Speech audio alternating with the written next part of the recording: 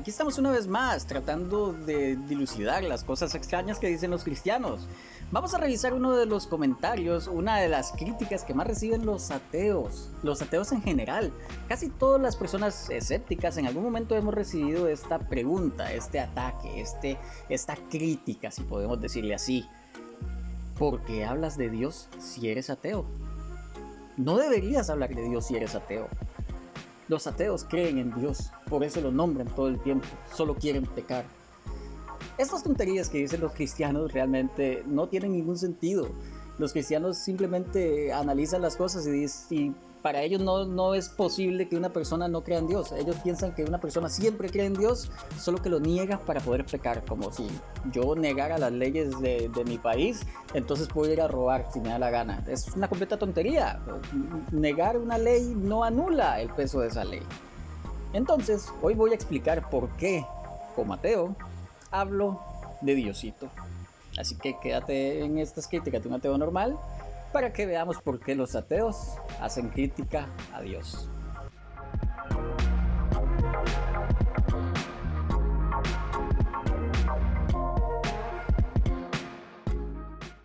Bien, lo primero que quiero hacer es enseñarles a este señor.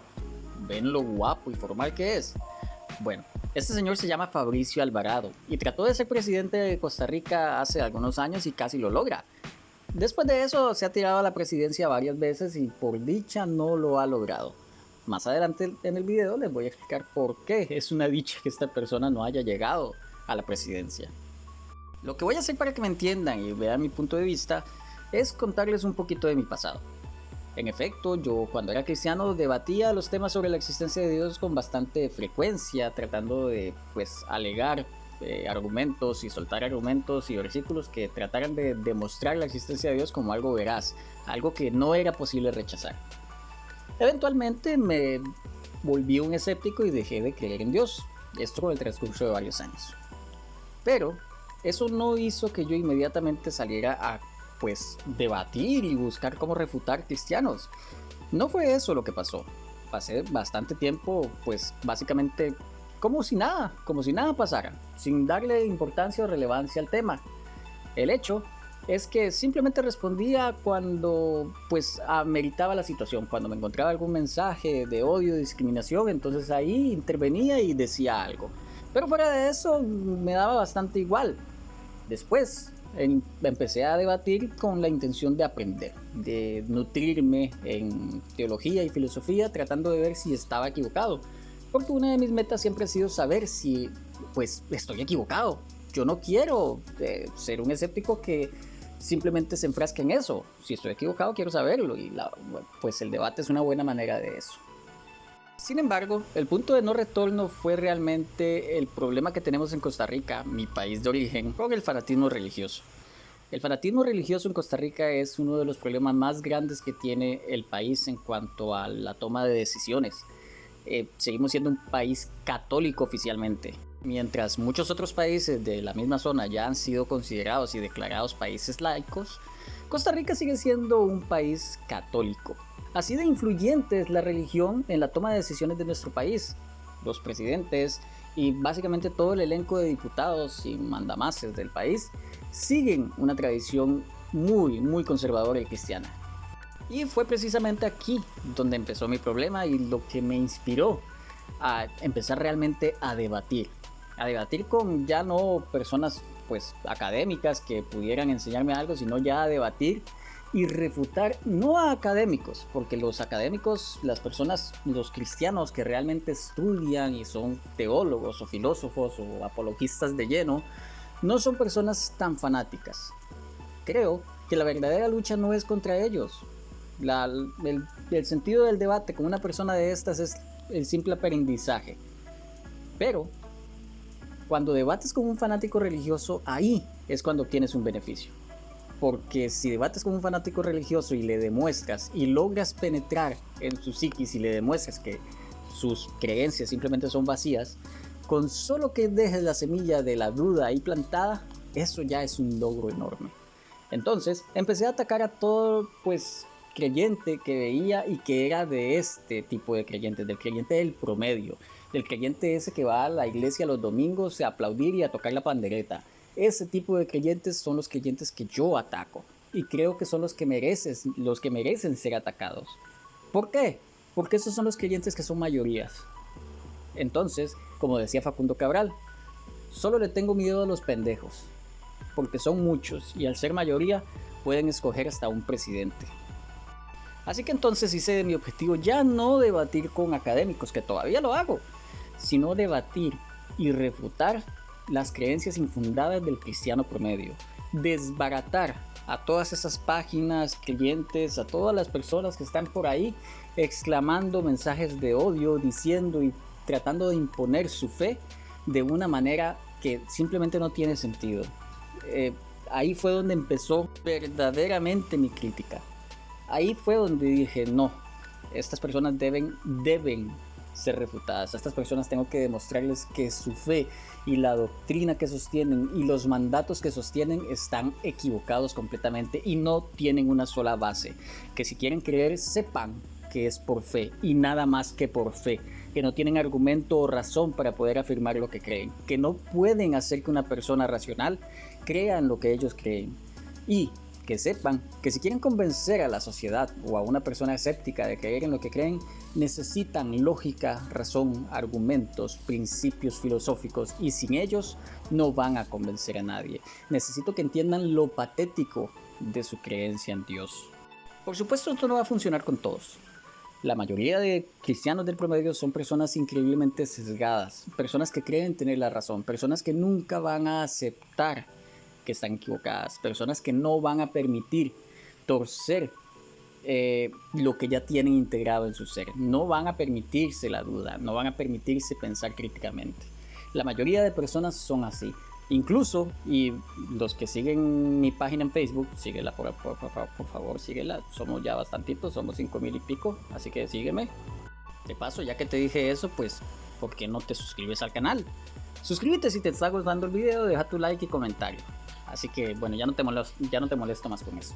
Retomando, los que me siguen en Facebook sabrán que incluso me he topado con creyentes que rechazan, oigan bien, rechazan la lógica alegando que la lógica fue impuesta por hombres o por el mismo Satanás para hacer dudar a la gente, que la lógica son pensamientos y razonamientos humanos y que por eso no sirve para absolutamente nada, que la mente de Dios es mucho más grande y que no somos capaces de entenderlo y por lo tanto la lógica no sirve.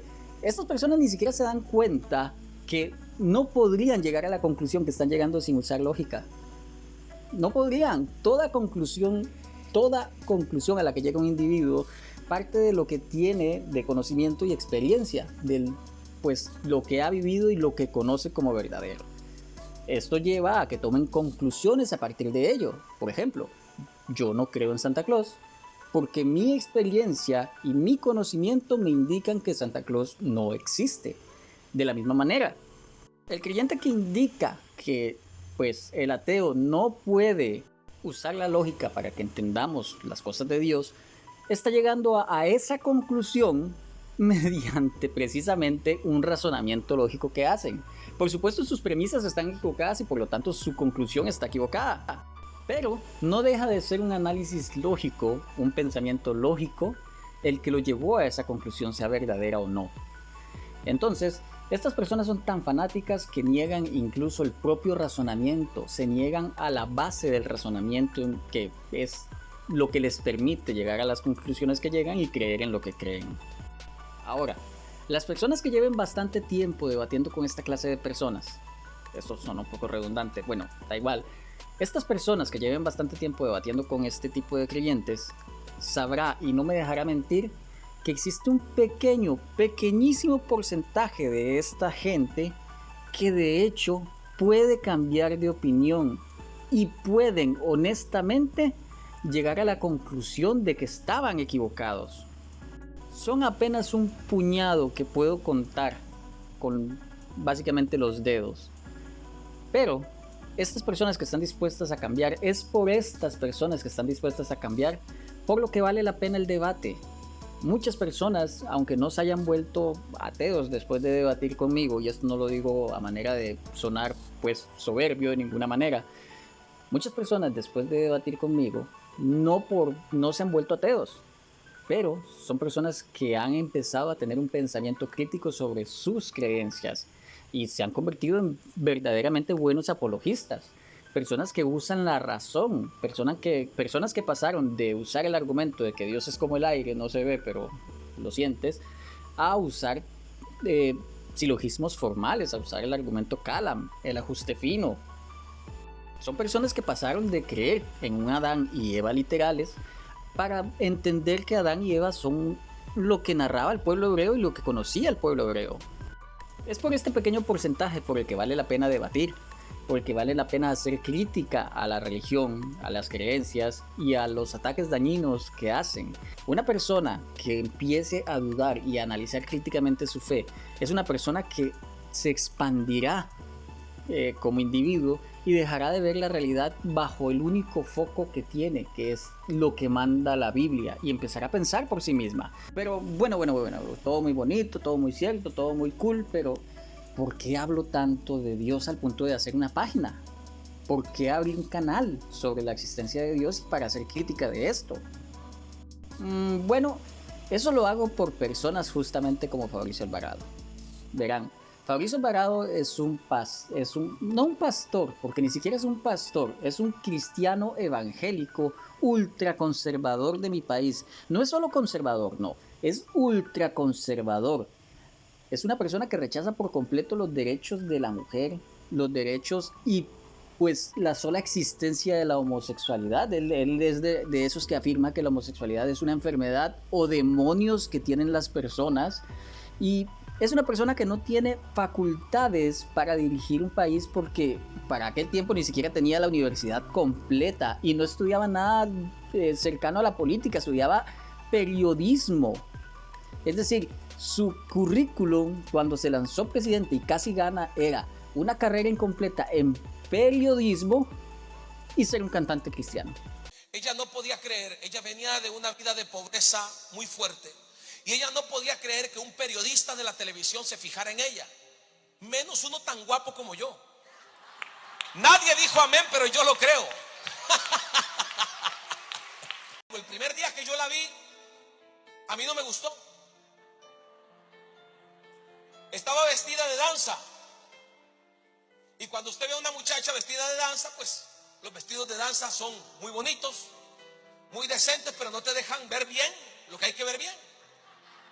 El Ministerio de Danza preparó una presentación de danza tipo country, es decir, se vestieron como vaqueritas. Entonces mi esposa estaba en jeans y estaba vestida diferente, y cuando yo la vi, yo dije como Eliseo: Padre mío, carro de Israel y su gente de a caballo. Mire, yo empecé a orar en lenguas, nunca había orado en lenguas. Cuando yo la vi, empecé a orar en lenguas. Yo quería decirle: hola, mamacita. Pero como yo soy cristiano, le dije: hola, sierva, ¿cómo está? Yo quería decirle: venga, deme un beso. Pero como yo soy cristiano, le dije: usted me bendice mucho cuando danza. ¿Va a creer usted que tenía novio? Tenía novio. Y empecé a decirle todas las cosas buenas que yo hacía. Yo no le dije nada de que iba a los lugares de perdición a cantar y a bailar y a cantar karaoke. Yo no le dije nada del desorden que yo tenía en mis finanzas ni con las mujeres, sino que yo empecé a decirle las cosas buenas que yo hacía. Yo voy a la iglesia, yo canto en la iglesia. Yo me puse algo así como entre el Papa Juan Pablo II y la Madre Teresa de Calcuta, una cosa así. Y yo dije: de aquí nadie me bota. Me puse de rodillas. Cerré los ojos, levanté las manos y me encomendé a todos los santos.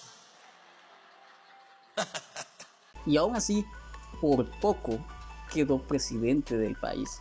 Lo ha vuelto a intentar y todas las veces ha sido por poco que no queda presidente. Por precisamente las campañas de concientización que se hacen a través de redes sociales para impedir que personas como estas lleguen al poder. Y sin embargo, el fanatismo religioso es tanto que estas personas consiguen tener un peso político tan importante como para llenar la Asamblea Legislativa de mi país de pastores cristianos.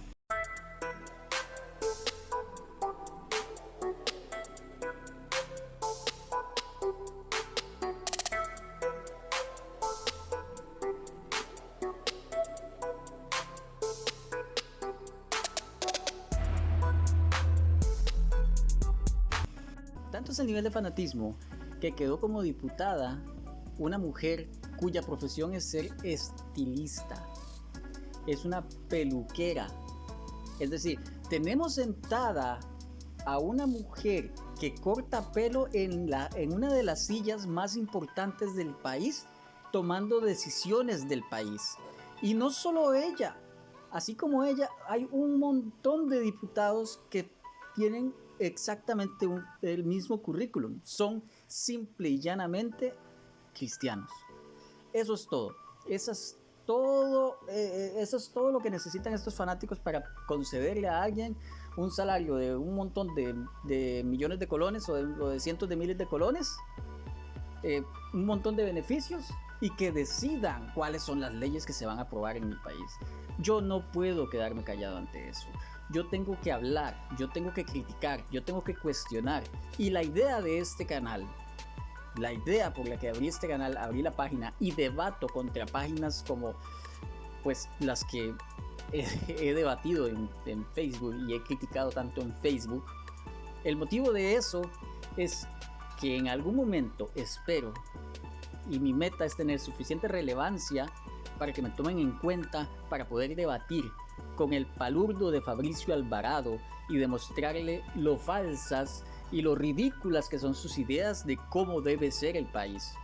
No se puede permitir una persona así en el gobierno, no se puede permitir que estas personas sigan decidiendo el futuro de mi país y de ningún otro país. No podemos dejar en manos de estos fanáticos religiosos las leyes que van a dirigir el destino y rumbo de donde vivo.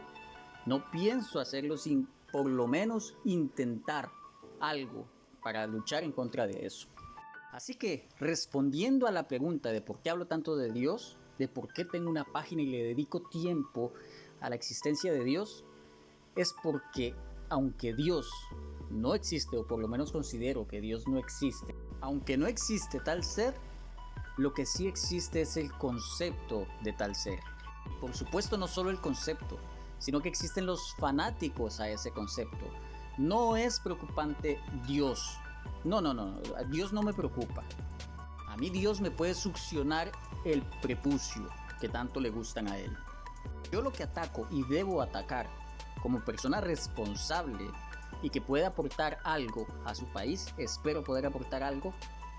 Yo lo que puedo hacer es atacar a los fanáticos de ese concepto que llaman Dios, a las personas que quieren decidir el futuro de un país amparados en un libro que escribieron personas que no sabían a dónde iba el sol por las noches, a criticar personas que siguen a rajatabla un manual que discrimina a personas por ser como son.